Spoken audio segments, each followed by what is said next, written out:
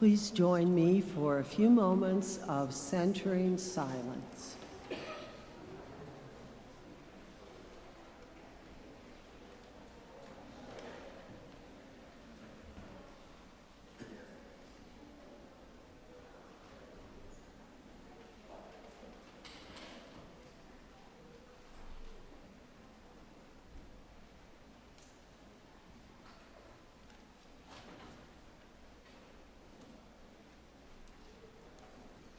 And now please remain seated as we sing our ingathering hymn, which is number 360 in your hymnal, or your words are printed in the order of service.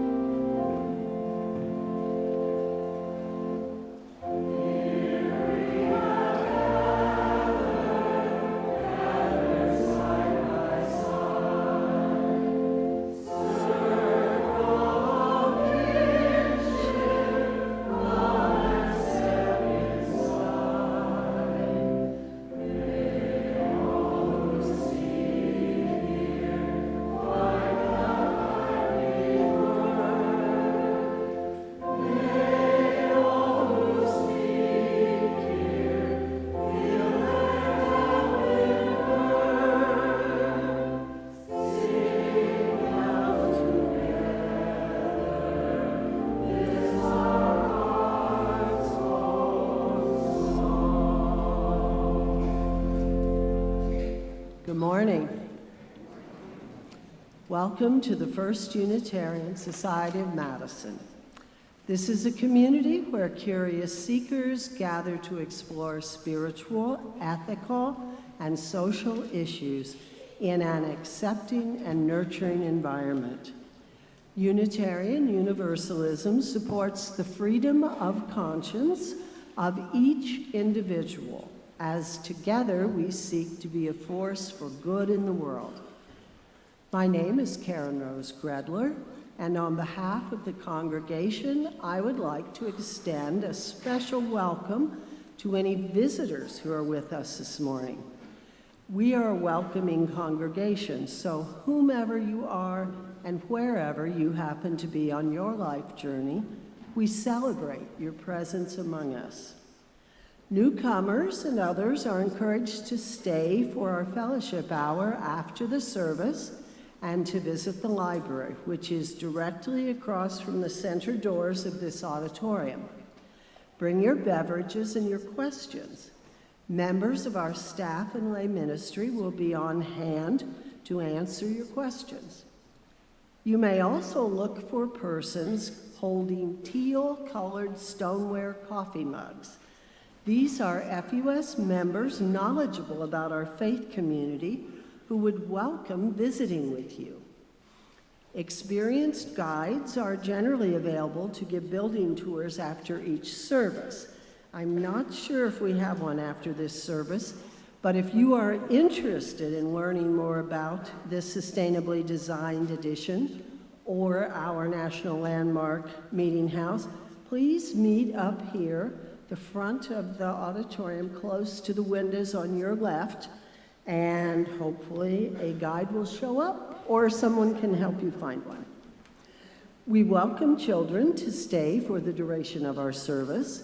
However, because it is difficult for some in attendance to hear in this lively acoustical environment, our child haven back in that corner and the commons area along outside the auditorium are excellent places to retire if your child needs to talk or move around or sing or dance or whatever. The service can still be seen and heard from those areas. Also, this would be an excellent time to turn off any noise-making devices that might cause a disturbance during the hour, especially cell phone ringers. And now I'd like to acknowledge the individuals who make this service possible. We have Mark Schultz on sound, Ann Smiley is our lay minister, Pam Winnie is your greeter, and as ushers we have Elizabeth Barrett, Ann Smiley, and Doug Hill. So we also have hospitality, people making coffee and lemon water in the kitchen, Krista Sprague and Rick DeVita. Celia Bollard took care of our pulpit palms. Ann Smiley took care of the orchids, and the floral offering is from our alliance. Please note the announcements in the red floors insert to your order of service. Here you'll find information about today, upcoming events, and general information about First Unitarian. There are a couple of announcements to which I need to call your attention. One is, each year, our 7th grade Compass Points students survey the congregation about their beliefs. This year's survey focuses on our 7 principles. Students will be in the Commons area following the service and will hand out surveys for you. Please support their questioning minds by participating in this important activity of their class. And something I'm excited about, next weekend is Art in the Right Place. And for the first time, the sale will be held on Saturday as well as Sunday. I'm not crazy about that because I have to work on Saturday, but I'll get over here as soon as I can. We have 47 artists and a wide variety of beautifully made items, like this necklace that I got a couple years ago, which I adore, and that's why I'm wearing this little tag that says, "Ask me about my necklace." I hope there are a few other people around who have the same little tags on, and you can ask them as well. The art fair runs from 10 to 6 on Saturday and 9 to 4 on Sunday. You may want to arrive at FUS extra early next Saturday. I can't. So you can shop before services begin. 15% of the artist sales go to our children's religious education program. So you'll be supporting not only local talent, but also, and very importantly, our children's program. Again, welcome. We hope today's service will stimulate your mind, touch your heart, and stir your spirit. Thank you.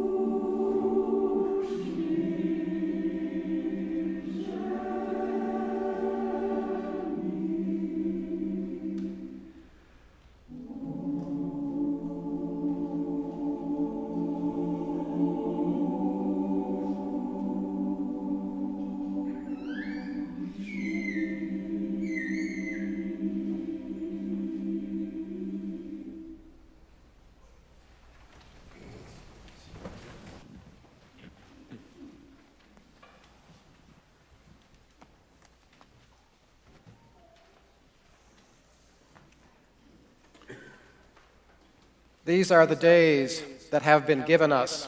Let us rejoice and be glad in them. These are the days of our lives. Let us live them well in love and in service. These are the days of mystery and of wonder. Let us cherish and celebrate them in gratitude together. These are the days that have been given to us. Let us make of them stories worth telling to those who come after. I invite you to rise in body or in spirit for the lighting of our chalice.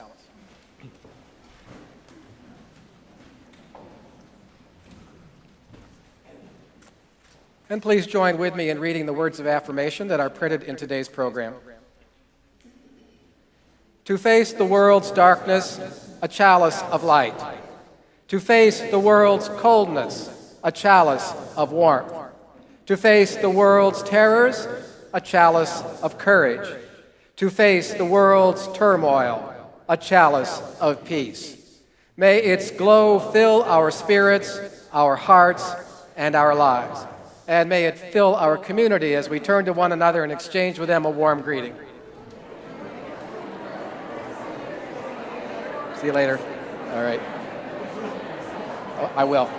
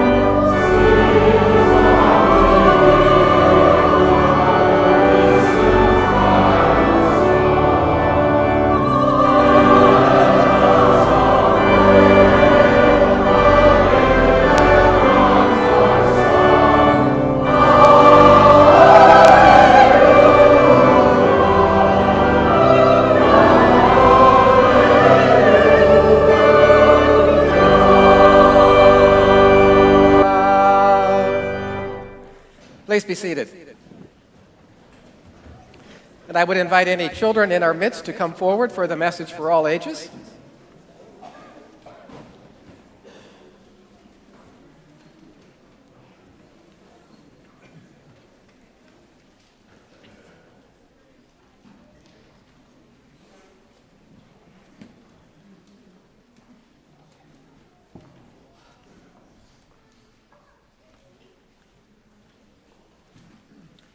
So good morning.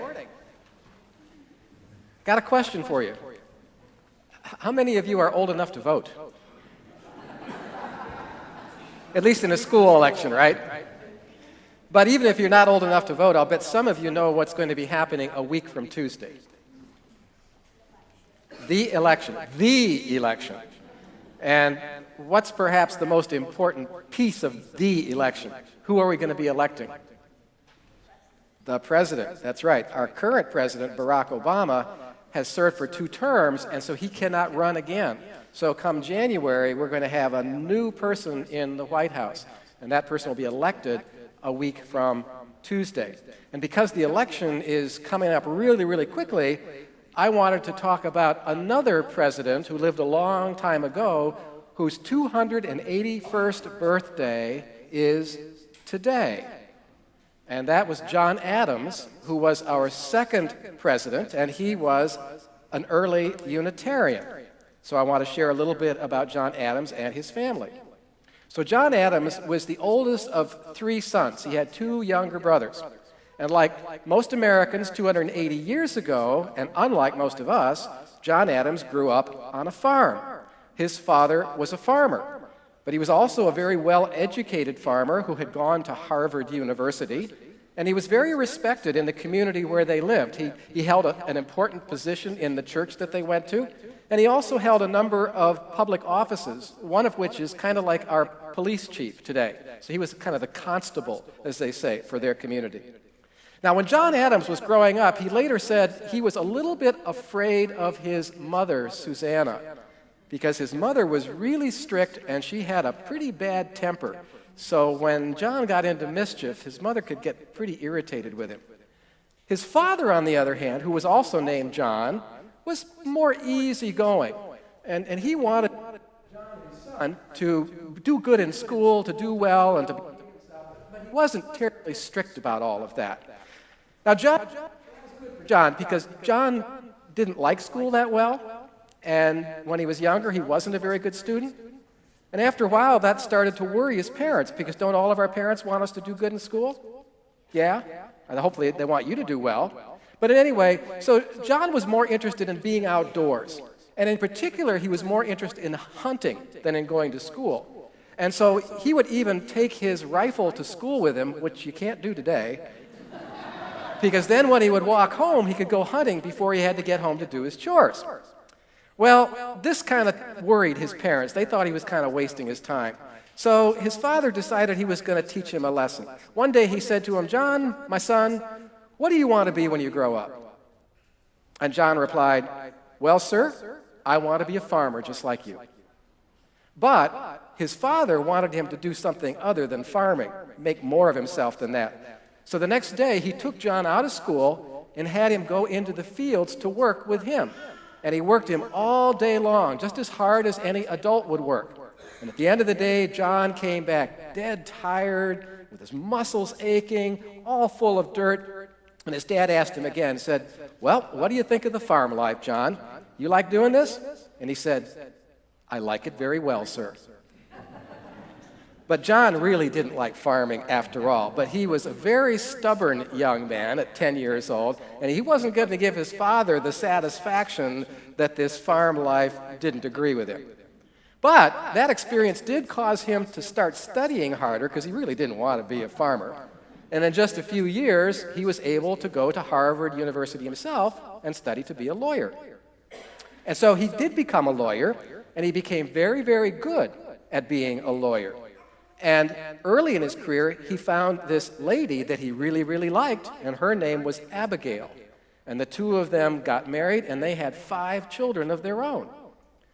But there was a problem here, because John Adams was so busy with his law practice, and he got involved with politics, and so there were lots of meetings, political meetings every night, that he didn't see very much of his kids when they were growing up. Basically, Abigail did most all of the work. And then later on, he was asked to do some very special things that took him away from home for months at a time. And so Abigail was left all by herself with these 5 kids, but she tried to stay in touch with her husband, and over the course of the time when he was gone, she wrote him 2,000 letters. Now, John Adams played a very important role in our American Revolution. He worked to free our country from British rule, and then at the end of the Revolutionary War, he wrote the treaty that ended our Revolutionary War. And because he did all these important things, the country elected him as our first vice president. Who was our first president? George Washington. So George Washington was president, John Adams was the first vice president. And then what happened after George Washington retired? John Adams was elected as our second president, and he was the first of 5 Unitarians who were elected to the presidency. Well, after he had served as president, he retired, and he went home to Abigail, and he very rarely ever left home after that. And their daughter came to live with him with her children, so he and Abigail had the pleasure of helping to raise their grandchildren. John Adams lived a long, long time. He died at the age of 91 on July 4th, Independence Day, 1826. But he lived long enough to see his oldest son, John Quincy Adams, elected as our 6th president of the United States. So both John and his son, John Quincy, became presidents. Now, for her part, Abigail, his wife, well, she had some pretty strong political opinions of her own, and she was never afraid to share them with John. And so when John was working with some of our other, what we call founding fathers, putting together the Constitution that tells how our country's going to run, Abigail wrote to John and said, "John, my love, don't forget the ladies." In other words, we women, we've got some interests too, and we want you to, take account of those. But of course, they did ignore the ladies, and it was another 130 years before women could vote or to hold elected office. But if Abigail Adams was alive today, she'd be very happy. And why is that? Because in this election coming up, there is a woman who is running to be president of the United States. And so a week from Tuesday, we may have, just possibly, the first woman to serve as the president of our United States. And that would have made Abigail Adams very, very happy. So that's my story about John Adams, one of our famous Unitarian saints, we might say.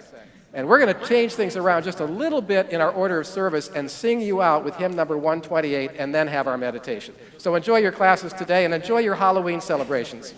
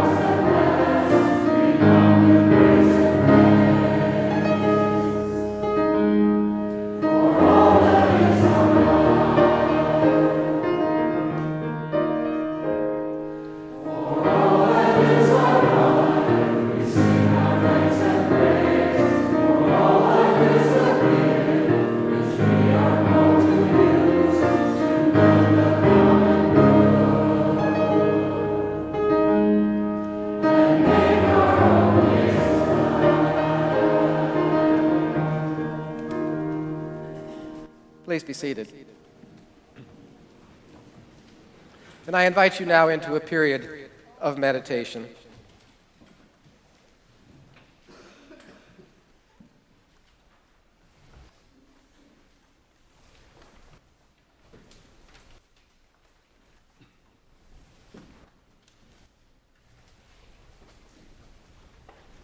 As October draws to a close, and autumn's last adamant leaves are whipped from their branches by the galloping wind,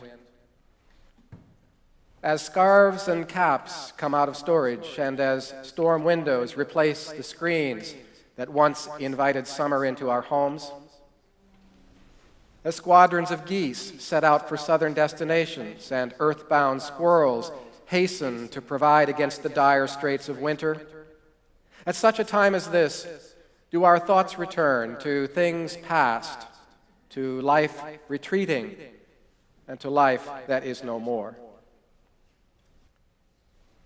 A piece of us is never quite prepared for winter, never really reconciled to departures and to death. Long into November, our hearts protest summer's passing, the end of warm days and fragrant nights, shirt-sleeve strolls along lush lake and river banks. And likewise, on this weekend before All Souls, images of old dear companions who once graced the summer of our lives, these crowd in upon our memories. Let us not be hasty to push them out again. Let us not be chary of the sadness and the regret that their presence evokes.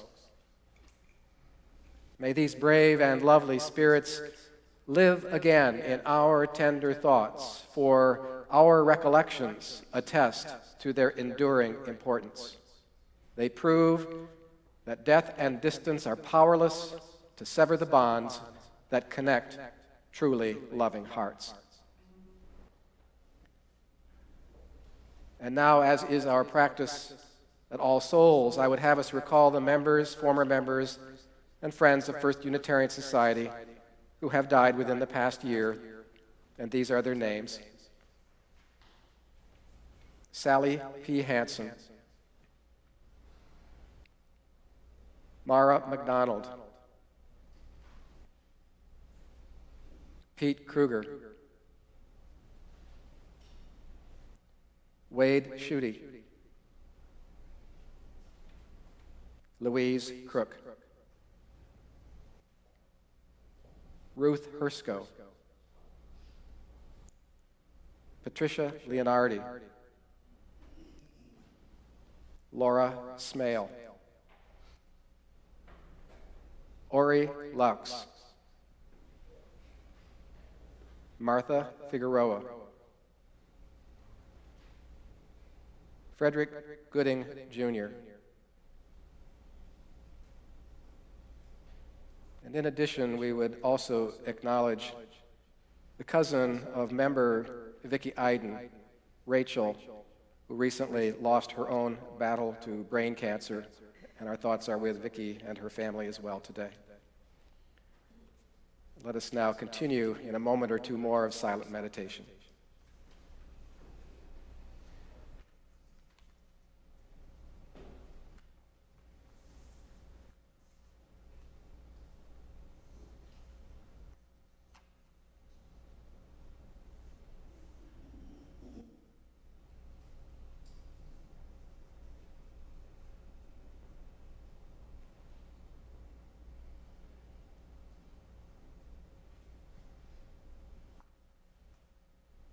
Peace be with them and with us all.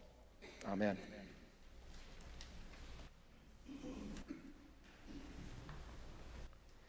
In keeping with the sentiments of All Souls and the theme for today, I offer this reading from Rachel Naomi Raymond. Rachel Raymond is a physician who has worked extensively with people in hospice care. She also, by the way, has taught on a regular basis at the University of California Medical College at San Francisco. Most years, she writes, I give a lecture called Meaning to the second-year class at the UCSF Medical School. And about halfway through the hour in this class, I suggest to students that they reflect for a few minutes and that they find an image that symbolizes for them what the practice of medicine means to them. And then we will spend the remainder of the hour talking about what they've come up with. Well, one year, at the end of the hour, a student raised his hand and volunteered that he must have done the exercise wrong because he could not come up with a symbol. Instead, what kept turning through his head was a phrase of music that he recognized as part of Beethoven's Third Symphony. Deciding to pursue his statement a little further, I asked him, well, when did you last hear the Third Symphony? He looked at me steadily, and his eyes seemed to grow sad. Well, he said, it had been played 4 weeks ago at the funeral of a friend who had died in a motorcycle accident. The class became very still. Well, what have you learned from your friend's death? I asked him. He paused, and then he said that he missed his friend terribly, and several times a week he would find himself reaching for his phone to call up, to share something with that friend, and then remember. And he would feel that loss anew. He'd not thought about it in so many words, but he said that the death of his friend had shown him that no one can ever be replaced, that every life is unique and every life is precious. He sat for a moment in silence and on the verge of tears, and he said, I guess this is the bottom line for me. If this were not so, then all of the stuff that we are learning, that wouldn't matter to me one bit. We all sat and thought this over, and in the silence, many of us recognized that this was the bottom line for us as well. Now, when I was small, Rachel Naomi Raymond continues, there was this week when the whole country knew that every life is irreplaceable. It was many years ago, but as I recall, a child somewhere in the Midwest fell down an abandoned well. And for a week, rescue teams worked to get her out. This was a time before television, but radios were playing everywhere, in stores, in the buses, even in schools, and strangers would encounter each other in the street and ask, what news? What news? And people of all religions were praying together. And as the rescue effort went on, no one asked whether this was the child of a professor or the child of a cleaning woman, the child of a wealthy family or a poor one. No one asked whether the child was black or yellow or white, whether the child was good or naughty, whether it was smart or it was slow. In that week, everyone knew that these things didn't matter one bit, that the importance of a child's life had nothing to do with those externalities. And without saying this aloud, we also knew that there was nothing personal about it, that not only was this person's life of great value, but all of our lives had great value. If we ourselves had been the ones that fell down that well, the thoughts and the prayers of the whole country would have been with us too. So if, on the occasion of someone falling down a well, we knew this, then we must have known it all along. This dramatic crisis simply allowed us to remember something that had always been true. But then the rescue was completed, and we all forgot again. It is really surprising how easy it is to forget that every life matters, that we are each one of a kind, and that we are each worthy of unconditional love. The second reading, entitled Remember, is composed by the Native American poet Joy Harjo from the Creek tribe of Oklahoma. Remember the sky that you were born under. Know each of the stars' stories. Remember the moon. Know who she is. I met her in a bar once in Iowa City. Remember the sun's birth at dawn. This is the strongest point in time. Remember sundown and the giving away of the light. Remember your birth, how your mother struggled to give you form and breath. You are evidence of her life and her mother's life and hers before that.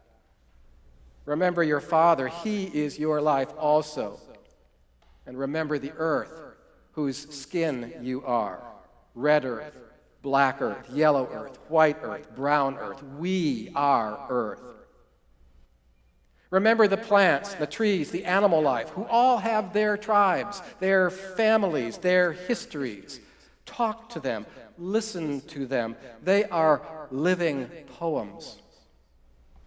Remember the wind. Remember her voice. She knows the origin of the universe. And remember that you are all people, and all people are you. Remember that you are this universe, and the universe is you. Remember that all is in motion, all is growing, is you. Remember the language that comes from this. Remember the dance that language is, that life is. Just remember.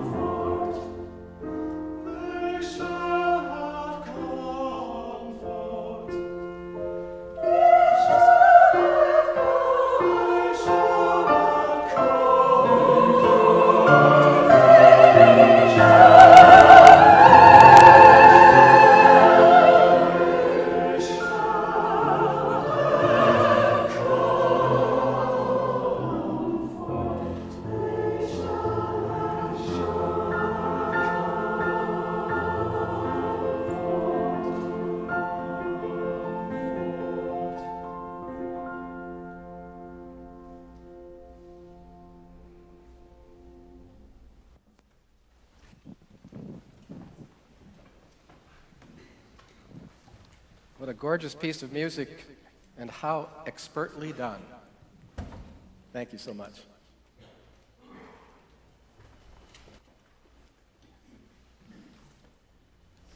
One of my earliest memories is of a car ride along the Rock River on Illinois Route 2.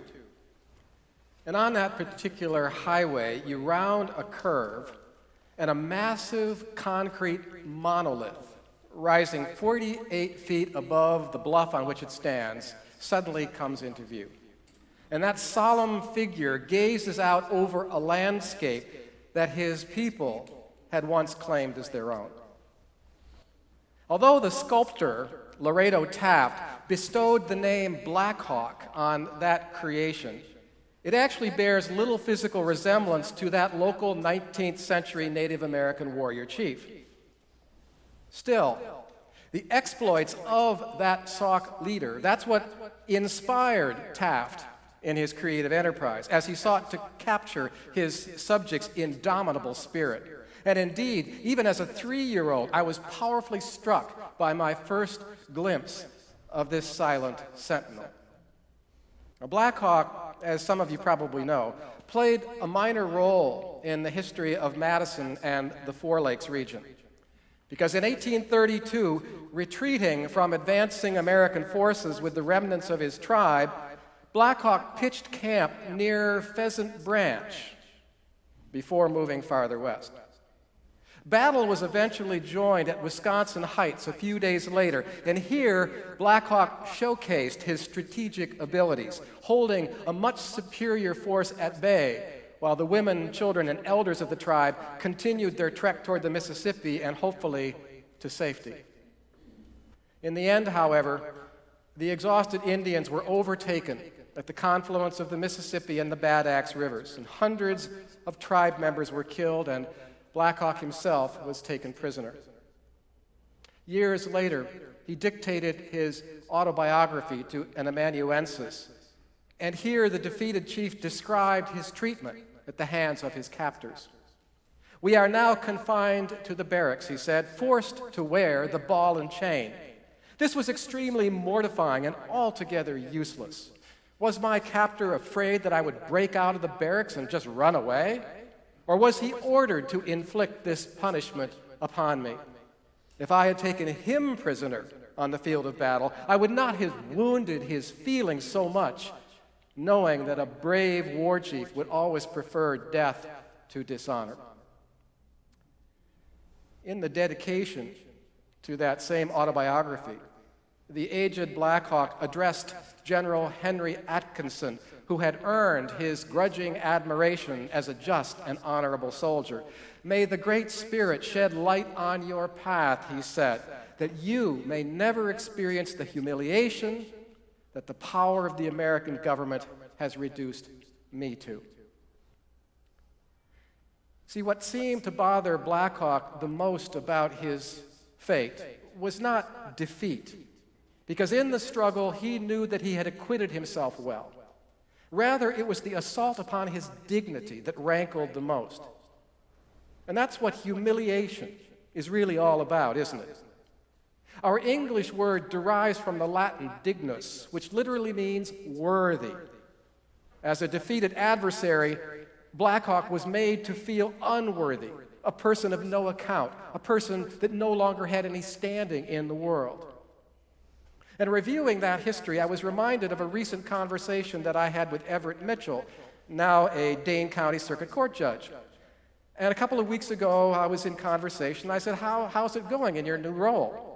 And he almost immediately responded with a concern that he had about the way that defendants in his courtroom were being handled by the jail staff. "Why should they be brought into my presence shackled?" he asked. Now, there are clearly safety issues that we need to be concerned about. But Mitchell thought we need to spare these people extra humiliation. And so he hoped that shackling might become in the future the exception rather than the rule. Now, the first of our Unitarian Universalist principles clearly addresses this issue.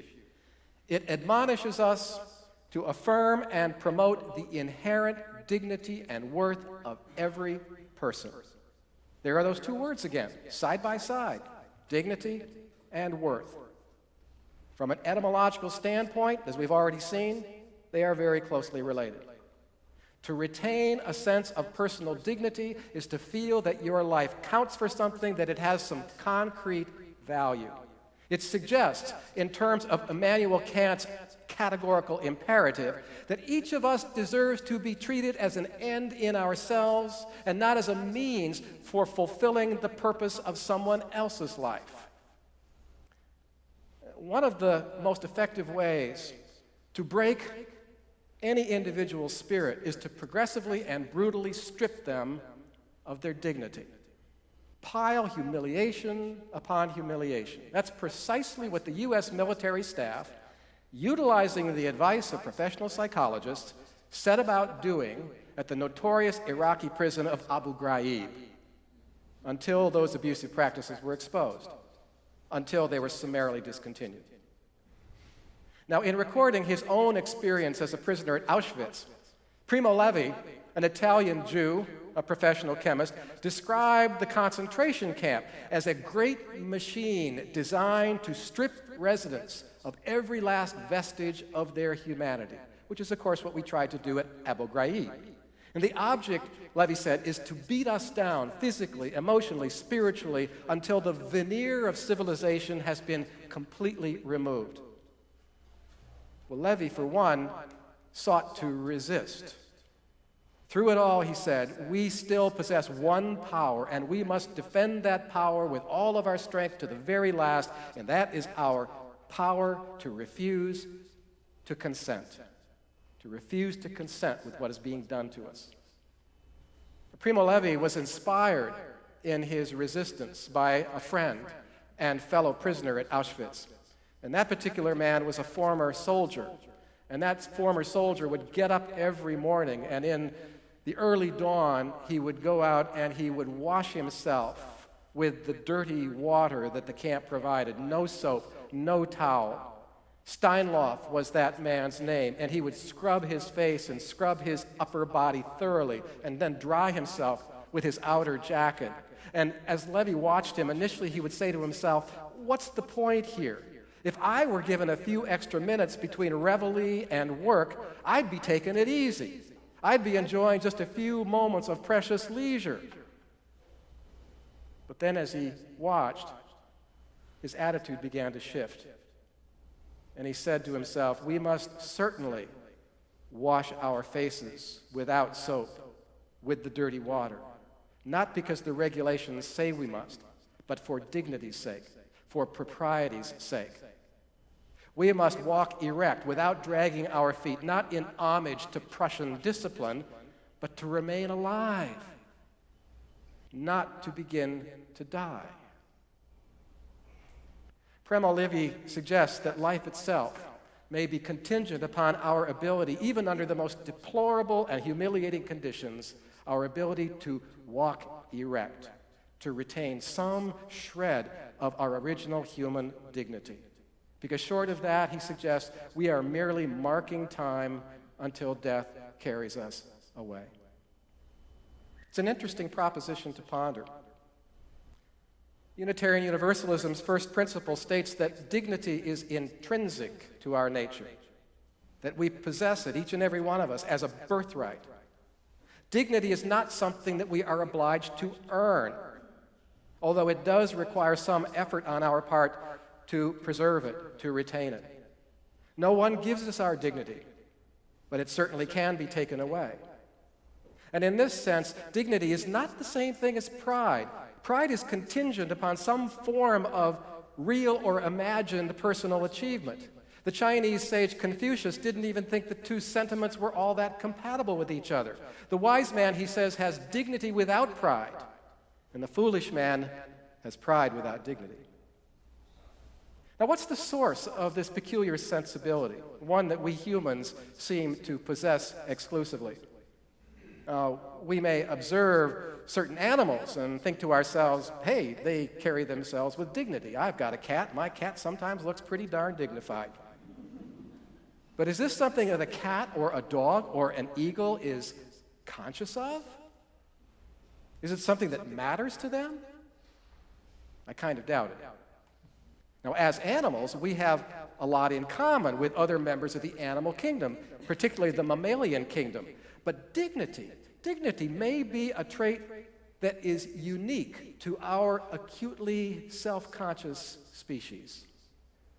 In any case, it does seem to be a universal or a near universal quality of our humanness. So take General Henry Atkinson and Chief Black Hawk from radically different cultures, but both of them recognized its importance, and dignity became the basis for their mutual sympathy and regard for one another. They tried, each of them, to preserve the other's dignity.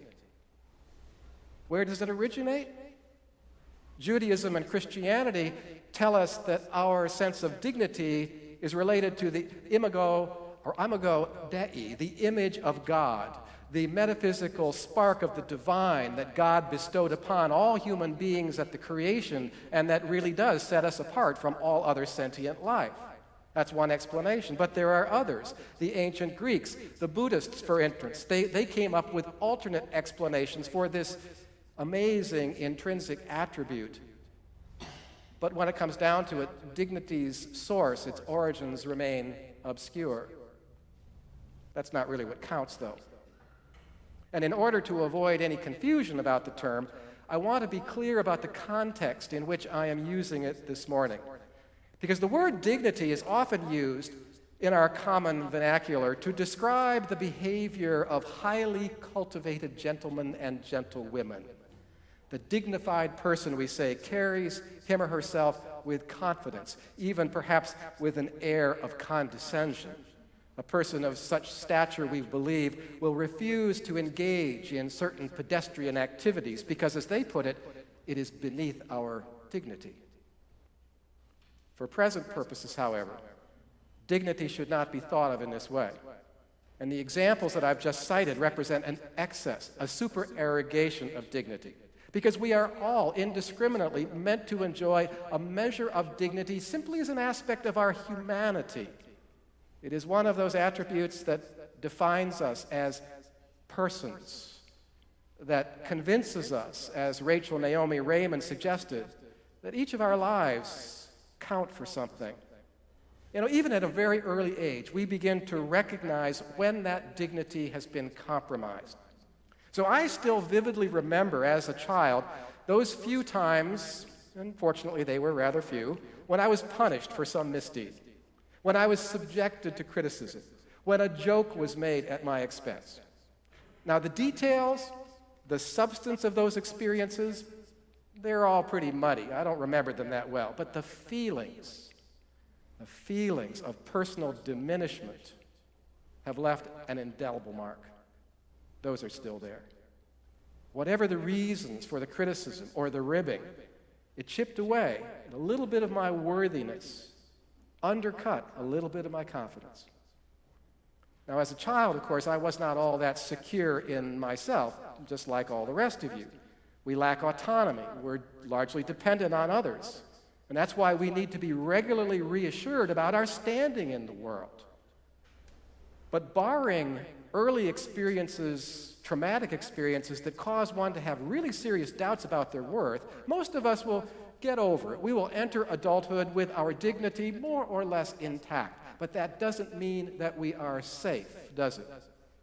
A reversal in financial fortunes, a health crisis, a development that reduces us to the state of dependency, any one of those things can cause a person to lose that precious sense of dignity, of worthiness. And in our own culture, our culture with its unforgiving ethos of rugged individualism, people who do require, through no fault of their own, some form of public assistance, they are made to feel inadequate. They are made even to feel shameful. Even the application process for such benefits can, as many people have said, feel very demeaning. And apart from that, dignity becomes much harder to maintain for all of us as the years increase, and as we are less able to lead autonomous lives, to make our own decisions, to satisfy our own needs. And so elders who have transitioned to assisted living or to nursing homes are particularly susceptible to despondency because they must increasingly rely on others in order to subsist. With dependency, older adults often express the fear that they have become a burden, a drag on other people's lives, and conceivably in the process, an object of their resentment. For each of us, Wendy Lustbader writes, there is a limit to the amount of surrender we are able to countenance without losing ourselves. A certain amount of reciprocity seems to be required if an individual is to hang on to some of their dignity. If you're always on the receiving end, if you have no opportunity to return the favor, you may cease to feel like a real person. Old age is particularly difficult, Simone de Beauvoir once remarked, because old age feels so alien.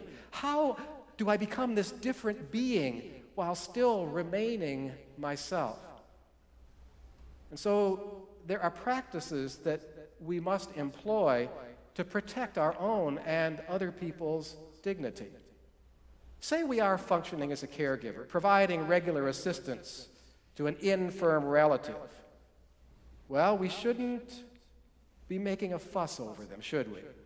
We need to be careful to be as unobtrusive and as cheerful as possible when we are bestowing that aid, because otherwise there is the possibility that the person who receives our good offices is going to feel ashamed about it.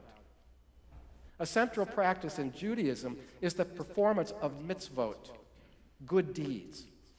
But there are helpful and unhelpful ways of doing this, Judaism teaches. It should be done, the mitzvot should be performed in a way that uplifts rather than demeans the recipient. And there are other ways in which we can help others to uphold their dignity.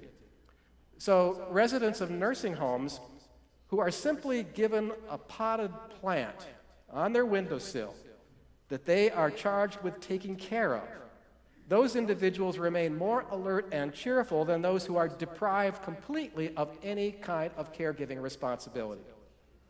Appreciative listening can also help, signaling to someone who is otherwise dependent that their accumulated experience, their hard-won wisdom, still counts for something, that it can still add something to my life as a caregiver.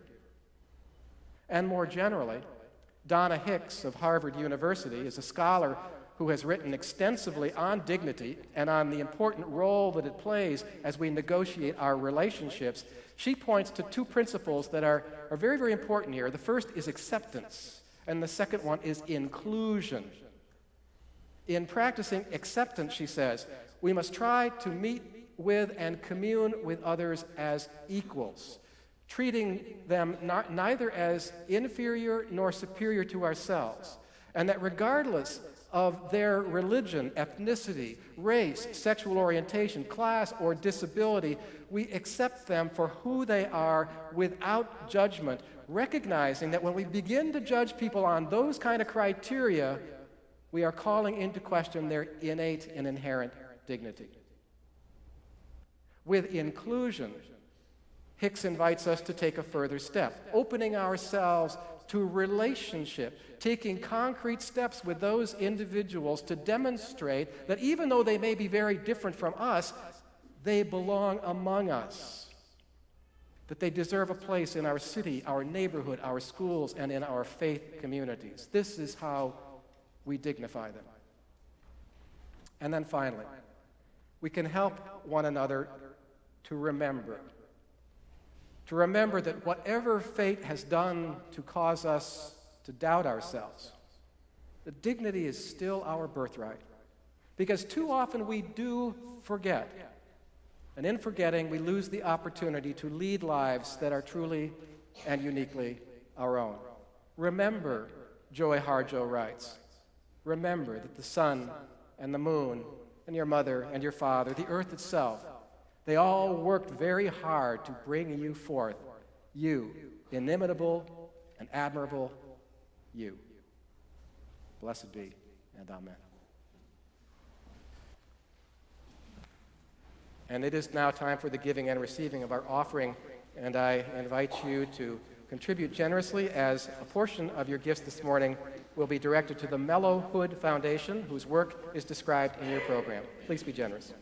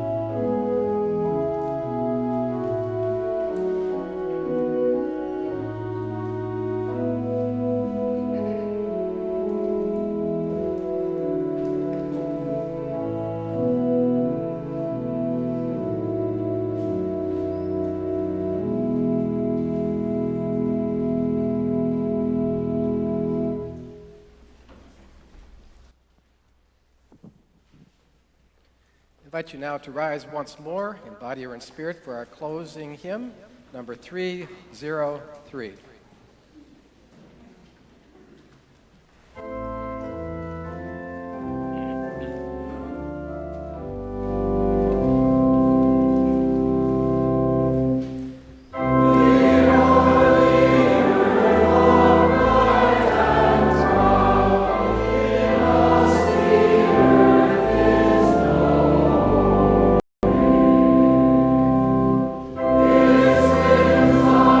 our music.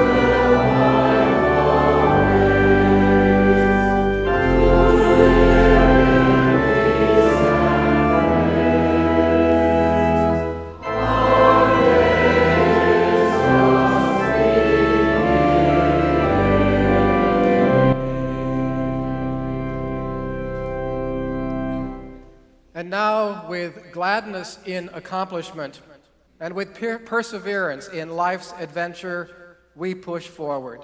Onward with respect to our yesterdays. Onward with praise for today.